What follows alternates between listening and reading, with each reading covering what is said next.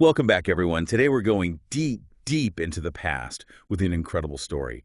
We're talking about the fight for women's suffrage in America. It's a story that's, well, really captivating, and it's about so much more than just getting the right to vote, you know? Right. It's about women challenging the entire way society thought about them. Exactly. And it's not just like some dusty old history lesson. It's about understanding how change happens, how people fight for what they believe in, and how those same fights are still going on today. Oh, absolutely. The echoes of these early struggles are still with us today, but let's maybe rewind a bit, right? Okay. Imagine it's like the middle of the 19th century. Oh, wow. Women couldn't vote, they couldn't own property, they couldn't even control their own wages. Their lives were pretty much limited to just being at home. The audio documentary you shared, it really brings this to life with the story of Elizabeth Cady Stanton. I mean, here she is, a woman from a well-off family, well-educated, and yet her own father openly favors her brother, who had already passed away, over his own daughters, who were very much alive. Yeah, it really highlights how deeply ingrained those patriarchal attitudes were. Even among families who considered themselves, pretty progressive, it was everywhere.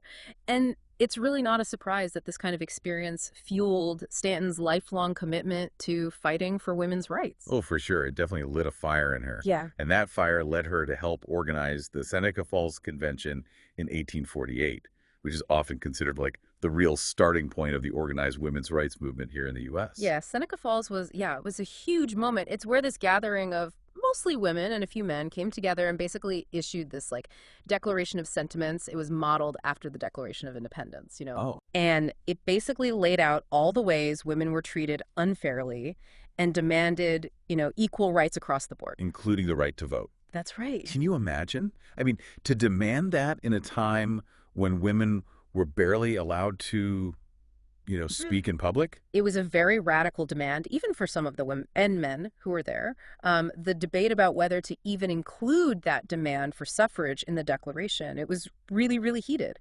And it's actually, Frederick Douglass, the only Black attendee, who ends up being the one who convinces the group to include it. It's so interesting, isn't it, to see how connected the suffrage movement was with the abolitionist movement. Like, they saw themselves as kind of fighting the same fight, for the rights of people who were being ignored and mistreated. Exactly. There was this really strong feeling of shared purpose. But those alliances were also, well, complicated. They were often fragile.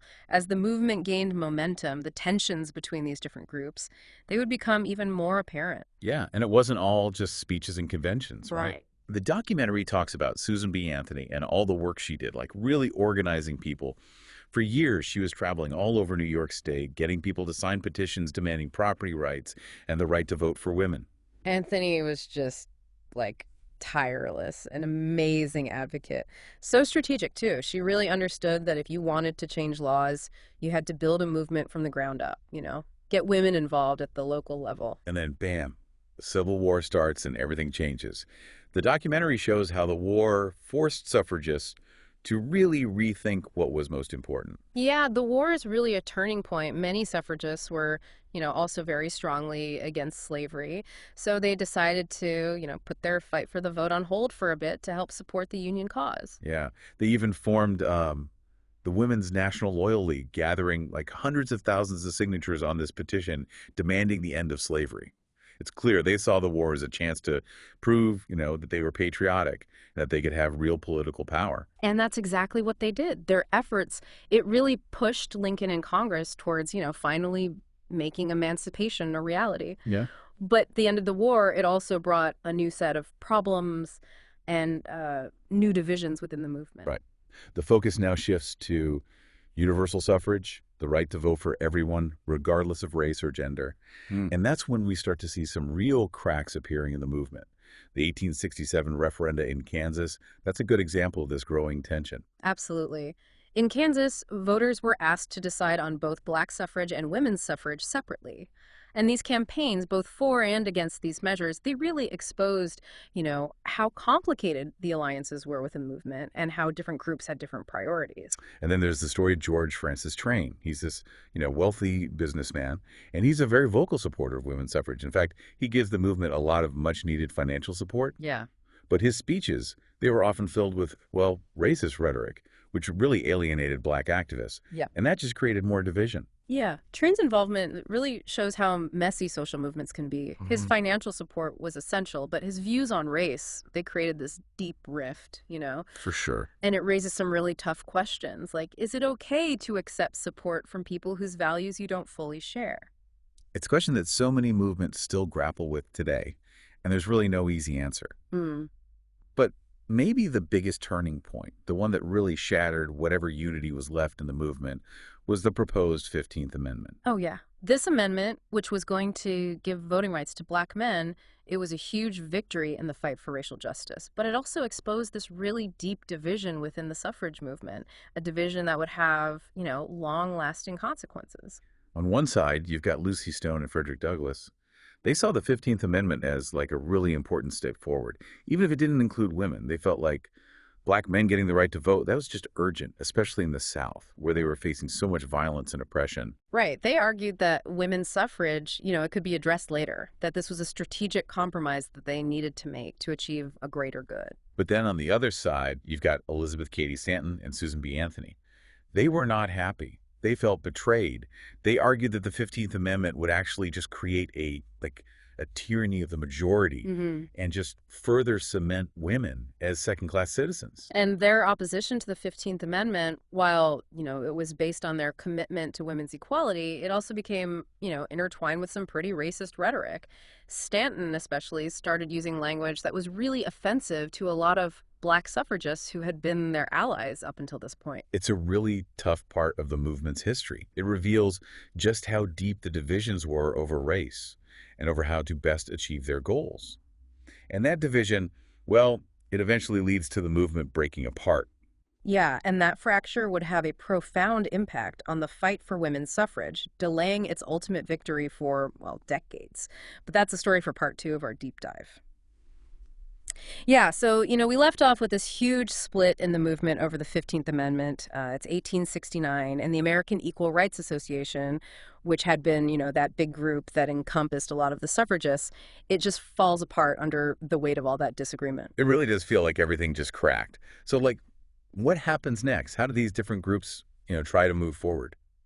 Well, they basically go their separate ways, form 2 different organizations, each one with, their own strategy for how to achieve suffrage.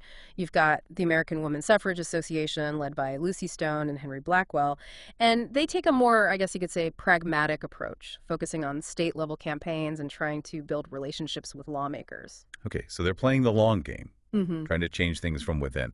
What about Stanton and Anthony? I always get the sense they were a little more, ready to rock the boat. What did they do? Yeah, they formed the National Women's Suffrage Association. And yeah, they were definitely not afraid to ruffle some feathers. They start challenging the whole idea of a government that doesn't let women vote.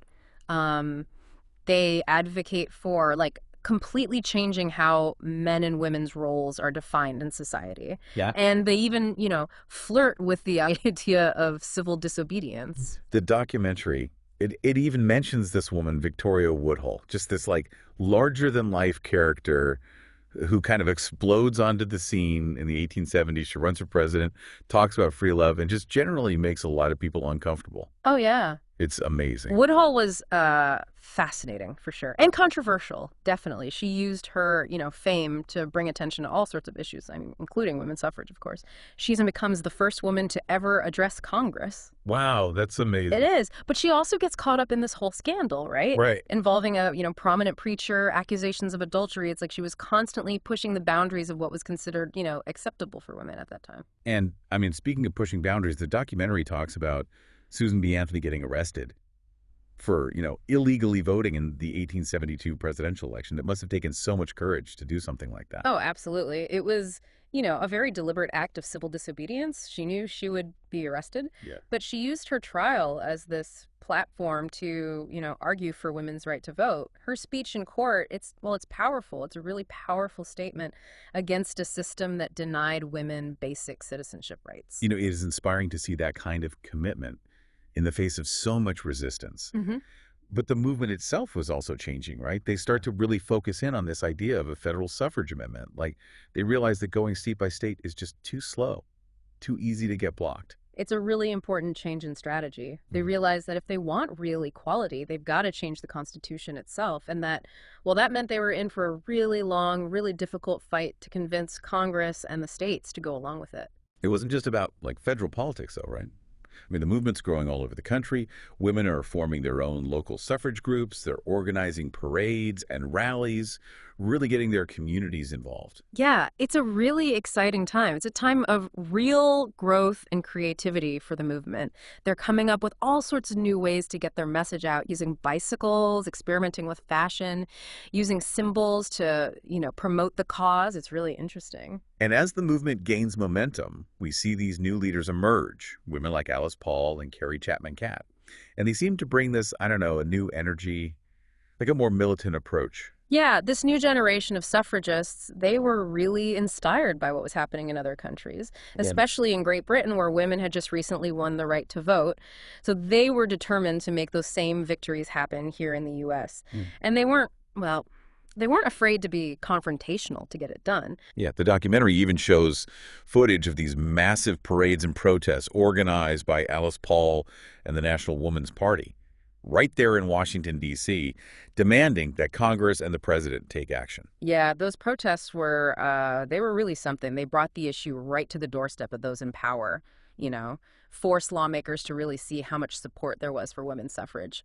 But they also faced a lot of opposition. I mean, a lot, including some pretty brutal violence from the police and anti-suffrage groups. It's heartbreaking to see footage of these women being attacked and arrested, even imprisoned, just for, exercising their right to protest. Yep. It really makes you realize just how much they were willing to risk for their beliefs. And that violence, it just made the movement stronger. I mean, it really did. It made people angry, and it galvanized support from people who had been kind of on the fence about the issue before. Then, of course, World War I happens, and that throws everything into chaos. So how does the war impact the fight for suffrage? The war, it creates problems, but it also creates opportunities. On the one hand, it, obviously takes attention and resources away from the movement.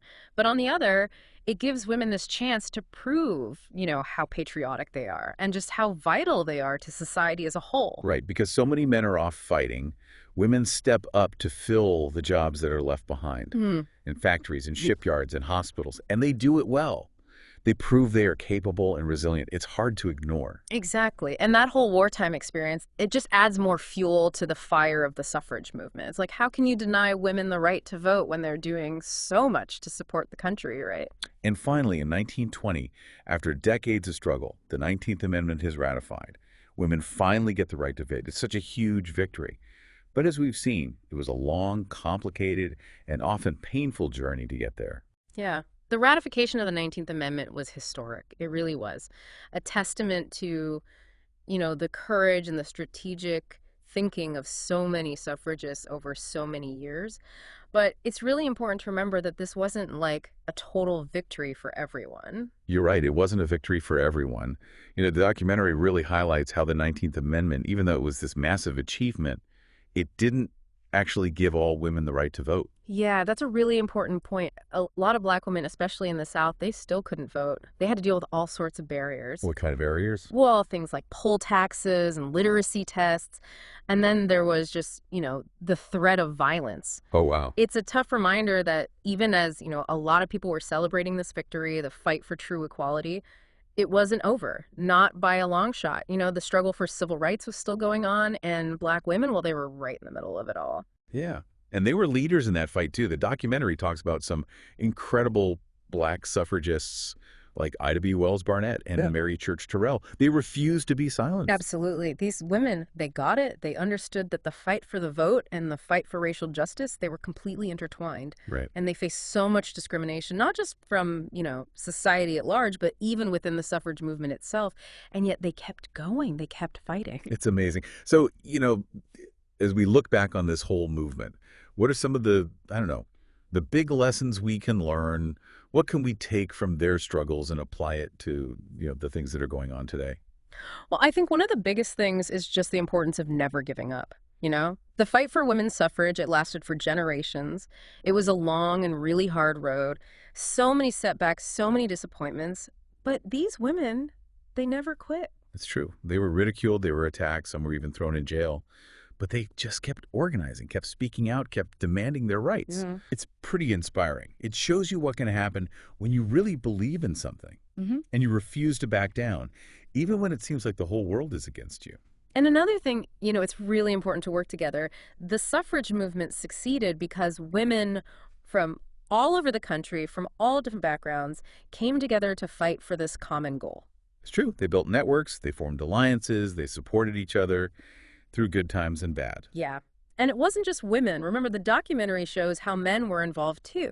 They were advocating for suffrage, supporting women's organizations, even getting arrested right alongside them in those protests. It shows you that real change, I mean, lasting change, it takes all of us working together, recognizing that, if anyone is being treated unfairly, it affects everyone.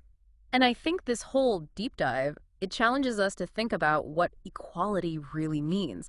The 19th Amendment, it was a huge step forward, but it wasn't the end of the story. It's a good reminder that true equality, well, it takes constant work. It takes a commitment to dismantling all these systems of oppression, no matter where they are. The fight for women's rights, for racial justice, for LGBTQ plus equality, these are all connected struggles. It's true. And they all deserve our attention and they all deserve our action. So I think as we, kind of wrap up this deep dive, I'm just left with this feeling of, I don't know, awe, I guess, and gratitude for these amazing women who fought so hard to give us a voice in our democracy. Their legacy is powerful. It's a reminder that change is possible. But it takes work. It takes strategic thinking. And it takes a willingness to challenge the way things are. And it takes listening to the people who are most affected by injustice, amplifying their voices and fighting alongside them. Absolutely. So the next time you vote, really think about all the sacrifices that were made so you could have that right. Honor the people who came before us and the people who are still fighting today for a more just world. And never forget that the fight for equality is never truly over. It's up to each and every one of us to keep pushing forward, to keep working for progress, and to make sure that everyone has the chance to fully participate in our democracy. Thanks for joining us on this deep dive into the history of the women's suffrage movement. We hope it's made you curious to learn more about this really important chapter in American history.